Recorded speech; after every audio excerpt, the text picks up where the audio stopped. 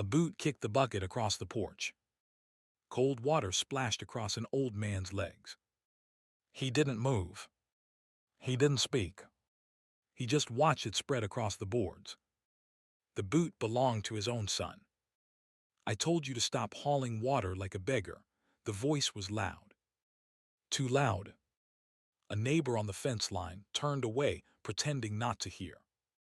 The old man bent down, picked up the empty bucket, and walked back to the well. His son spat on the ground and slammed the truck door.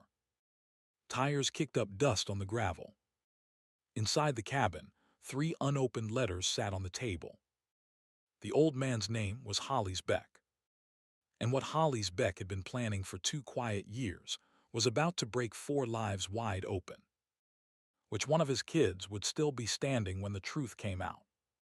Stay with me. To understand what happened on that porch, you have to go back 2 years. You have to go back to the day Hollis Beck made a decision that nobody knew about. Not his children. Not his neighbors. Not even the bank that held his accounts. His wife had died on a Tuesday in October. Bate was her name. They had been married 51 years. She had picked the spot for that cabin herself, back when the road wasn't even a road, just a trail of red mud. She had planted the apple trees out front. She had given him 4 children.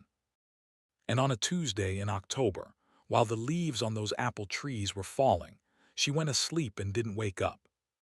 The funeral was small. Just family.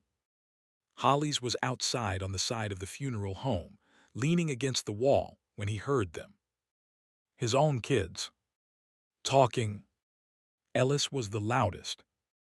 How much do you think the land is worth now? Marlene answered him. Ellis, please. Not today. Don't you not today, me. He's 78. He smokes. He's not going to last another 5 years. We need to know what we're working with. Travis, the middle one, the quiet one, said something Hollis would never forget. Mama would have left it all to him. Now we don't have to wait for 2 funerals. There was a pause. Then Ellis laughed. Hollis stood there against that wall and felt something in his chest go cold. Not break. Not crack. Just go cold, like a stove when the fire's been out for a long time. He didn't go back inside. He walked home. He walked 12 miles back up that mountain in his funeral suit because he didn't trust himself to drive. And by the time he got to that cabin, he had a plan. Now here's the thing. Hollis Beck wasn't a poor man. Hollis Beck had spent 50 years building a timber business out of nothing. He owned 600 acres of mountain. He owned the sawmill at the foot of it. He owned the old hardware store in town that nobody knew was his because it was under a different name. He had real money. The kind that doesn't make a sound. The morning after the funeral, he drove down to a lawyer in the next county. Not the family lawyer. A different one. Younger. Quiet. He explained what he wanted. He wanted everything moved into a trust. He wanted the timber company sold to the foreman who had worked for him for 30 years. He wanted the land deeds filed under a holding company. He wanted his accounts emptied and the money put somewhere his kids couldn't sniff out. And then what? The lawyer asked. Hollis looked at him. Then I'm going to be a poor old man. That was 2 years ago. For 2 years he wore the same 2 flannel shirts. He let the truck rust. He let the porch sag. He stopped going to town except to buy beans and rice. He let people think he was finished. 6 months ago he wrote 4 letters. 1 to Ellis. 1 to Marlene. 1 to Travis. 1 to Hannah. In each letter he said the same thing. The timber business had gone under. He was broke. He was behind on the property taxes. He didn't know what he was going to do. He hated to ask.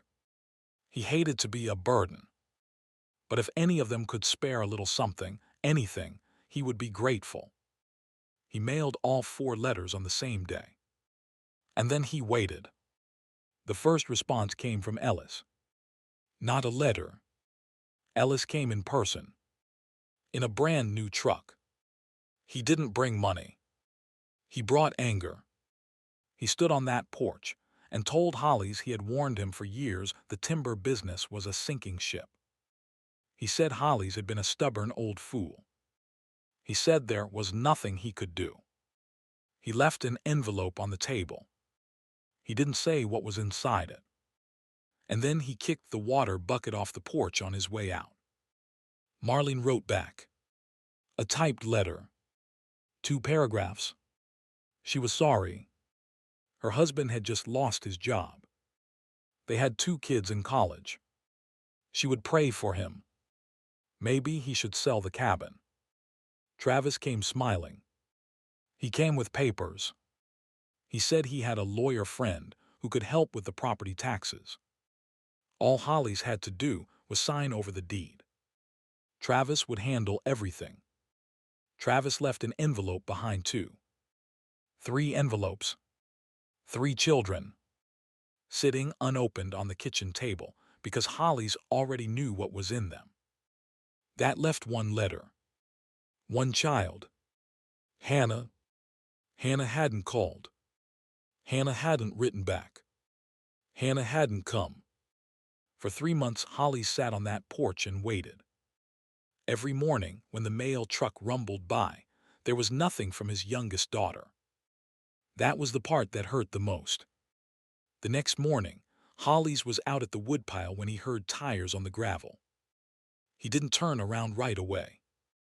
Tires on his road usually meant Ellis, or Travis, or somebody from the bank.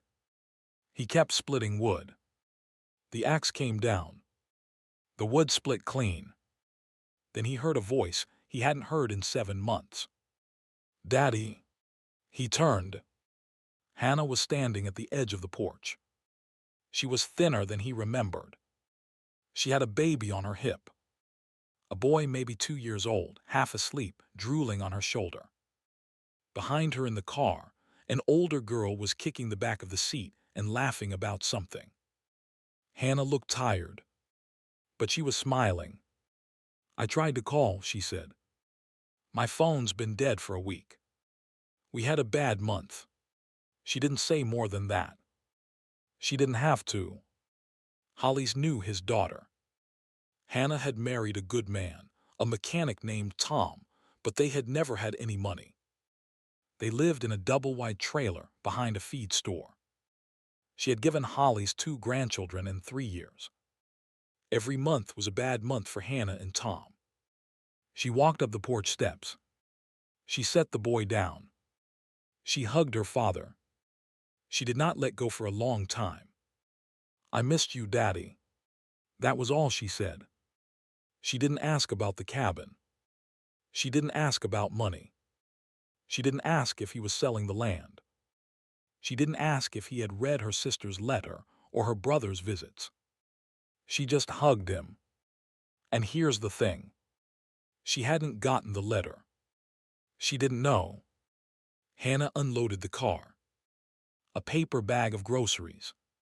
A casserole dish wrapped in a towel. Clean dish rags she had brought because she remembered her father always tore his own. A bottle of his blood pressure medicine. She had filled it for him at her pharmacy because she was worried about him out here alone. She had spent her grocery money on him. Hollis watched her unload the car and didn't say anything. She made him eggs. She made the boy a peanut butter sandwich. She wiped down the counter that hadn't been wiped down in a year. She mopped the floor. She found the laundry pile and put a load in the old washer he had forgotten still worked. She stayed 3 days. She didn't ask once about money. On the 2nd day, she fixed the leak under the sink. She had brought a wrench from Tom's truck. She lay on her back under the cabinet for 40 minutes, and Holly stood in the doorway and watched his daughter's hands move the same way her mother's hands used to move when something needed fixing. On the third day, she found the chicken coop falling apart. She didn't ask if he wanted it fixed. She just fixed it. She nailed the boards back up.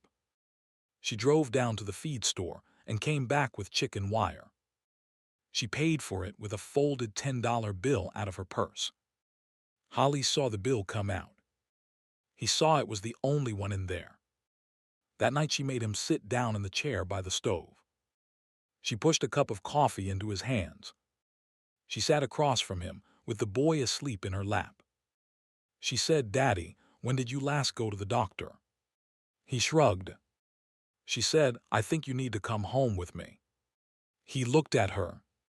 She said it again. "Come home with me, Daddy. We don't have much. The trailer's not big. But the kids would love you. And I would love you. And it would be good. It would be good for all of us." She wasn't asking for anything. She was offering. She didn't know about the timber business or the trust or the holding company or the 600 acres. She thought he was a broke old man with a leaky sink and a falling-down chicken coop. And she was offering to take him home.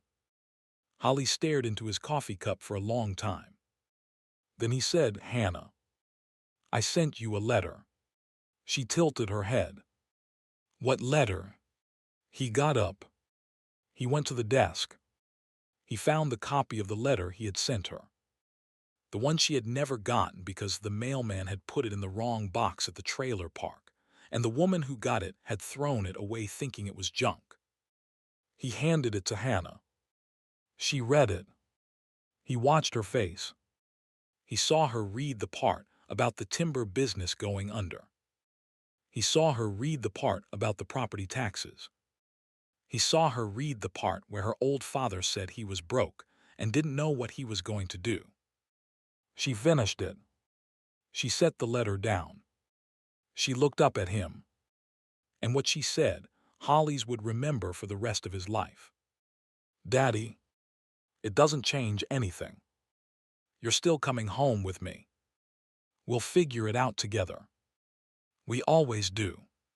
She put her hand on his. The boy stirred in her lap. Outside, the wind moved through the apple trees. And for the first time in 2 years, Holly's Beck felt something inside him that wasn't cold. He didn't say anything. He didn't trust his voice. He just nodded. That night, after Hannah and the boy were asleep in the back room, Holly sat out on the porch in the dark. He looked at the 3 unopened envelopes on the table through the window. He looked at the night sky. He took a sip of his coffee. It was decided. In the morning, he would call all 4 of his children together. He would tell them everything. He would tell them about the trust, the land, the holding company, the test. He would give it all to Hannah. He would do it cleanly.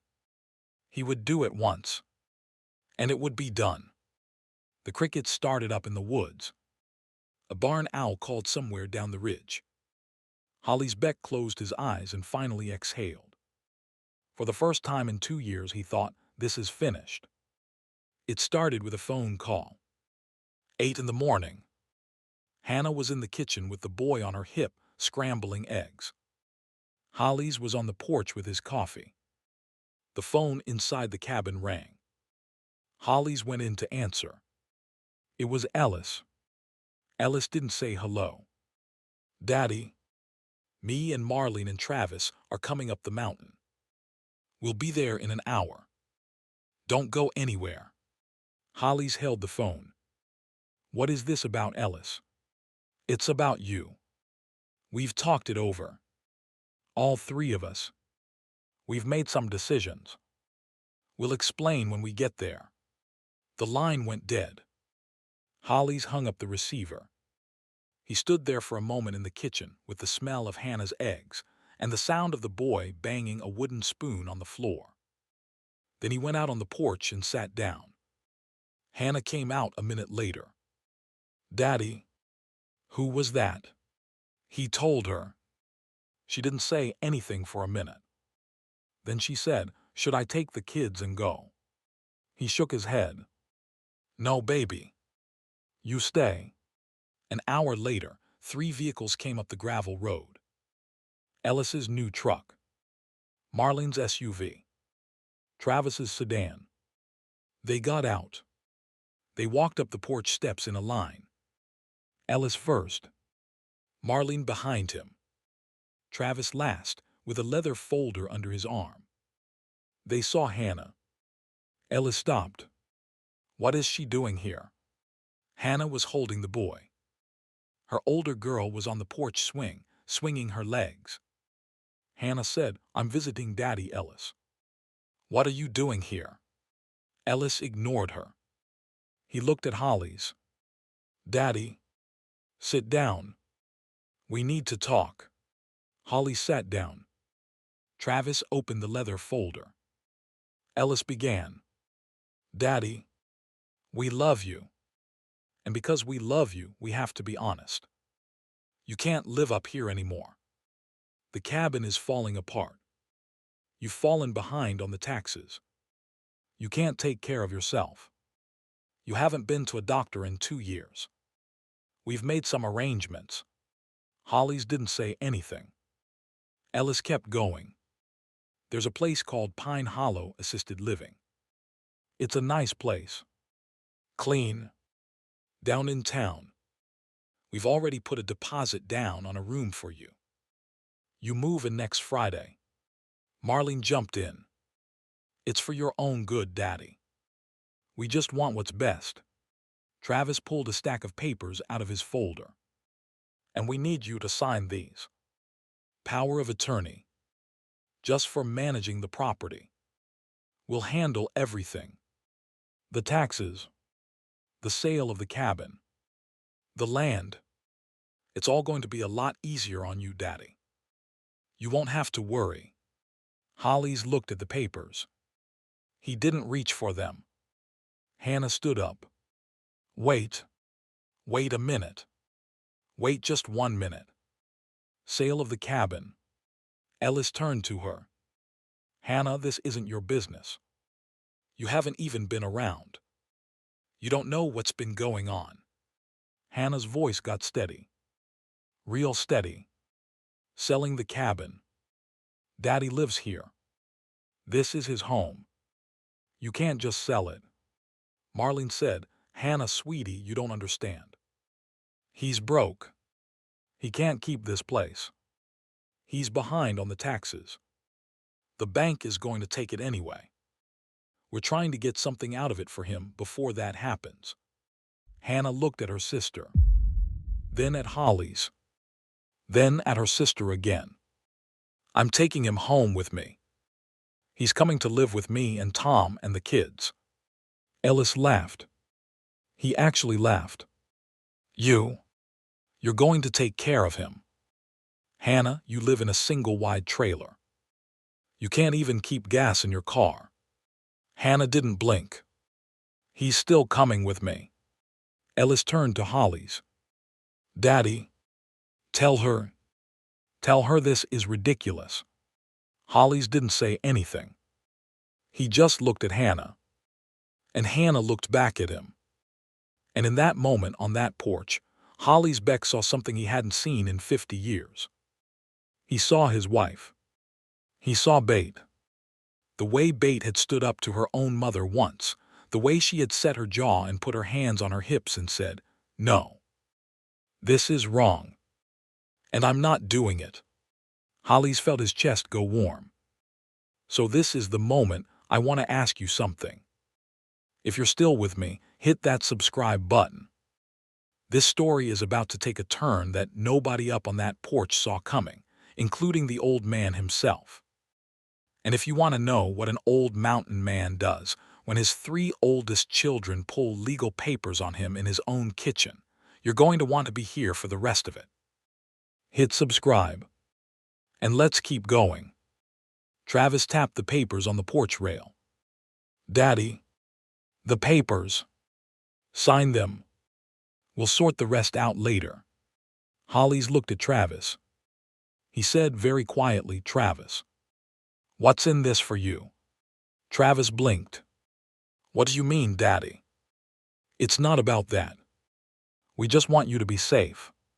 Hollis nodded slowly. Marlene, what's in this for you? Marlene's eyes filled with tears. Real tears. Or what looked like real tears. Daddy, please.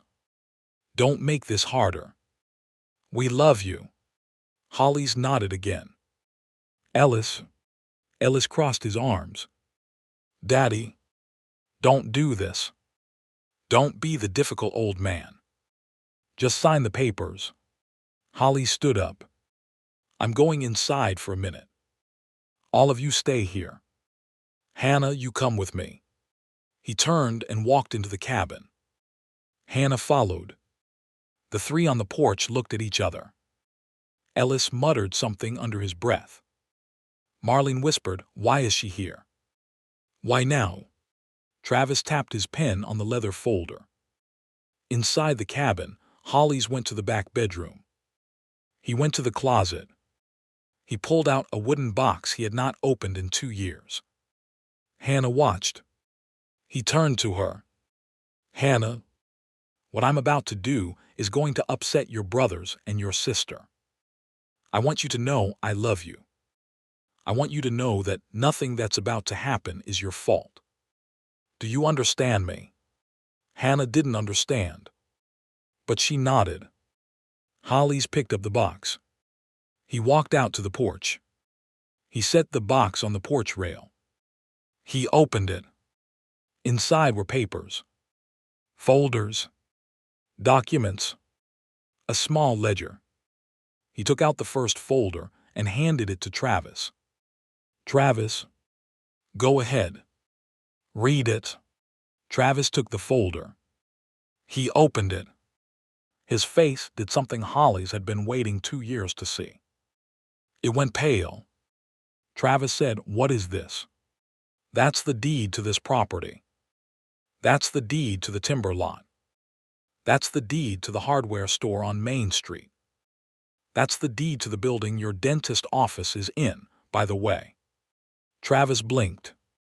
"All of it is held by a trust. A trust I set up 2 years ago. I am the only person who can change the terms of that trust while I'm alive. And the beneficiary of the trust after I'm gone is my granddaughter. Hannah's daughter." Marlene stepped forward. "Daddy, what are you talking about?" Hollis took out the second folder. He handed it to Marlene. "That's the bank statement. For my real account. The one you don't know about. There's a little over $2.5 million in there, Marlene. Not counting the property. Not counting the timber lot. Not counting the holding company that owns Pine Hollow Assisted Living, which I bought 3 years ago, by the way, when the man who used to own it tried to cheat my friend out of his pension." Ellis took a step back. Hollis kept going. "That's right. Pine Hollow. The place you were going to put me. I own it." Nobody on that porch said a word. Hollis took out the third folder. He didn't hand it to anyone. He just opened it and held it up.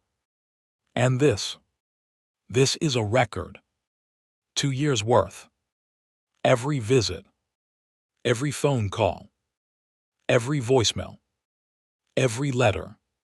The lawyer told me to keep it. He said I'd want it someday. Turns out he was right." He flipped a page. He read out loud. "Ellis, October 7th. Quote, don't you not today me. He's 78. He smokes. He's not going to last another 5 years. End quote. That was at your mother's funeral, Ellis. Outside the funeral home. I was on the other side of the wall." Ellis's face went white. "Travis, same day. Quote, Mama would have left it all to him. Now we don't have to wait for 2 funerals. End quote." Travis sat down on the porch step.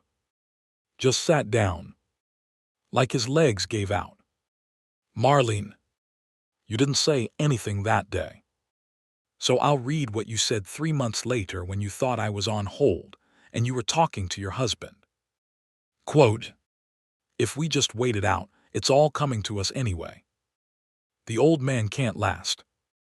Then we sell the land and pay off the house." End quote. Marlene put her hand over her mouth. Hollis closed the folder. He looked at his 3 older children. His voice was quiet, steady, like he was talking about the weather. "I sent you each a letter 6 months ago. I told you I was broke. I told you I needed help. I wanted to see what you'd do. Not what you'd do when there was something to gain. What you'd do when you thought there was nothing left." He looked at Ellis. "Ellis, you came up here in a brand new truck and yelled at me. You called me a fool. You kicked over my water bucket on your way out. Yesterday morning, you did it again." He looked at Marlene. "Marlene, you called once. You said you'd pray for me." He looked at Travis. "Travis, you came up here with a smile and a folder. You wanted me to sign over the deed." He paused. "And today, you came up here with a guardianship plan. You came up here to put me in a home and sell what you thought was left. You didn't ask me how I was. You didn't bring me a meal. You didn't fix a single thing in this cabin. None of you. Not in 2 years." He turned and looked at Hannah. Hannah was standing in the doorway, holding the boy, her eyes wide and shining. "And then there's you, baby." Hannah shook her head. "Daddy, I didn't know. I didn't come for any of this. I know you didn't, baby. That's the whole point." He turned back to the others. "Hannah didn't get my letter. The mailman put it in the wrong box. She came up here yesterday morning because her babies missed their grandpa. She brought me groceries with the last $10 in her wallet. She fixed my sink. She fixed my chicken coop. She offered to take me home with her into a trailer that doesn't have a second bedroom. She offered to share what little she had. She didn't know I had $2.5 million and 600 acres. She didn't care. She came because she loves me." His voice broke. Just a little. He cleared his throat. "And that is the only thing that ever mattered." The porch was silent. Then Ellis exploded. "You set us up. You set us up. This is a trick. This isn't fair. You let us think. You let us believe." Hollis nodded. "That's right, Ellis. I let you believe. And every day for 2 years, you showed me what you would do if there was nothing left. Now I know. And now you know." Marlene was crying. Travis was staring at the ground. Ellis took a step toward Hollis. His fists were tight. Hannah stepped between them. "Don't, Ellis. Don't you dare." Ellis stopped. Hollis put his hand on Hannah's shoulder. He said very quietly, "Ellis, get off my porch." Ellis looked at him. Hollis looked back. "Get off my porch. All 3 of you. Get in your trucks and go down the mountain, and don't come back unless I call you. And I might not call you." Nobody moved. Then Ellis turned. He walked down the steps. Marlene followed, sobbing. Travis last, the leather folder loose in his hand. 3 engines started. 3 sets of tires kicked up dust on the gravel road. And then they were gone. Hannah stood on the porch with the boy in her arms. She didn't say anything. The dust from the 3 trucks settled. The apple trees moved a little in the wind. The girl on the porch swing had stopped swinging. She was looking up at her mother with wide, careful eyes, the way kids do when they know something happened but they don't know what. Hannah finally spoke. "Daddy, $2.5 million. Holly sat down in his rocking chair. "And 600 acres. And the building your dentist works in. Yes. Hannah sat down next to him on the porch step. The boy crawled out of her arms and wandered over to look at a beetle on the boards. She said, "Daddy, I don't want it." He smiled. "I know you don't, baby. That's exactly why you're getting it." She shook her head. "No. I mean, I came up here because I missed you. I didn't come up here for any of this. I just wanted you to come live with us." He put his hand on her hand. "Hannah, listen to me. You're not getting it because you came up here. You're getting it because of who you are. And you're who you are because of your mama. Your mama saw all of this coming, you know. Long before I did." Hannah looked at him. "What do you mean?" He stood up. He went into the cabin. He came back with a small leather notebook. It was Bates. He sat back down. He opened it carefully. The pages were soft. Bates' handwriting was small and tight. He flipped to a page near the back and held it out. Hannah read it. It was dated 3 years ago. 6 months before Bate died. Bate had written, "Holly's when I'm gone, watch the kids. I love them all. But Ellis is angry. Marlene is ashamed of where she came from. Travis sees us as a problem to solve. They don't mean to be that way. That's just how the world made them. But Hannah is the only one who loves us for nothing. When I'm gone, you'll need to know. Hannah is the one. Don't let anyone take her from you." Hannah's eyes filled. She wrote this. Holly's nodded. 3 years ago. The week before she went into the hospital. She knew. She always knew. She knew our kids better than I ever did. Hannah closed the notebook. She held it against her chest. "Daddy, I don't know what to do."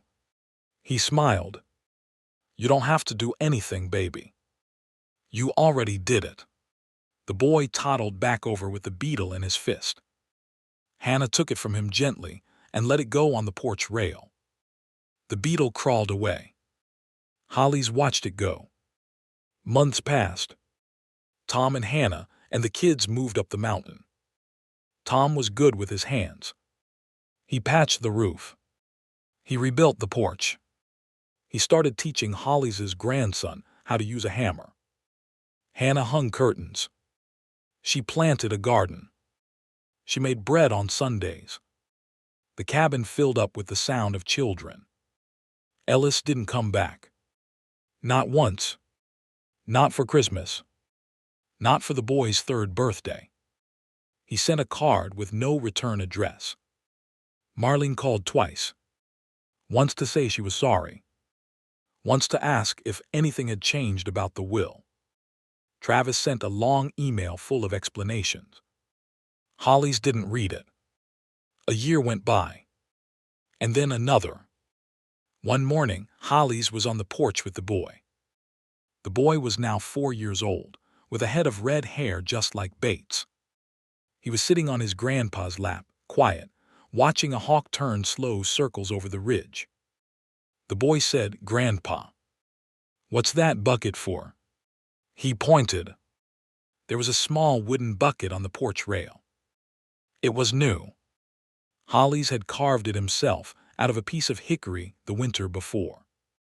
He had spent 3 months on it, sanding it, setting the iron band around the bottom. Holly's picked it up.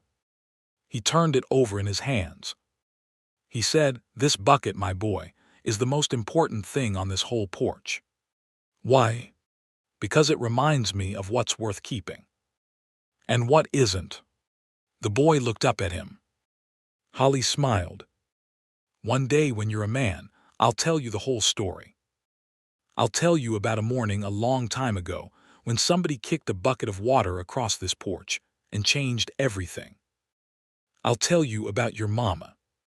I'll tell you about your grandma. I'll tell you about 3 people who learned a hard lesson too late. The boy didn't really understand, but he nodded the way kids do. He said, "Can I hold the bucket, Grandpa?" Hollis put it in the boy's small hands. "You hold on to it, son. You hold on to it tight." He pulled the boy close. He looked out across the apple trees Bate had planted 50 years ago. He could hear Hannah inside the cabin singing to the baby. He could hear Tom out by the woodpile, splitting wood the way he himself used to split wood. He thought about Ellis. He thought about Marlene. He thought about Travis. He thought about the years they had cost him. He thought about the years Hannah had given back. He thought about Bate. And he thought, sitting there on that porch, that some things you can't measure with money. Some things you can only measure with who shows up. Hannah had shown up. That was enough. That was everything.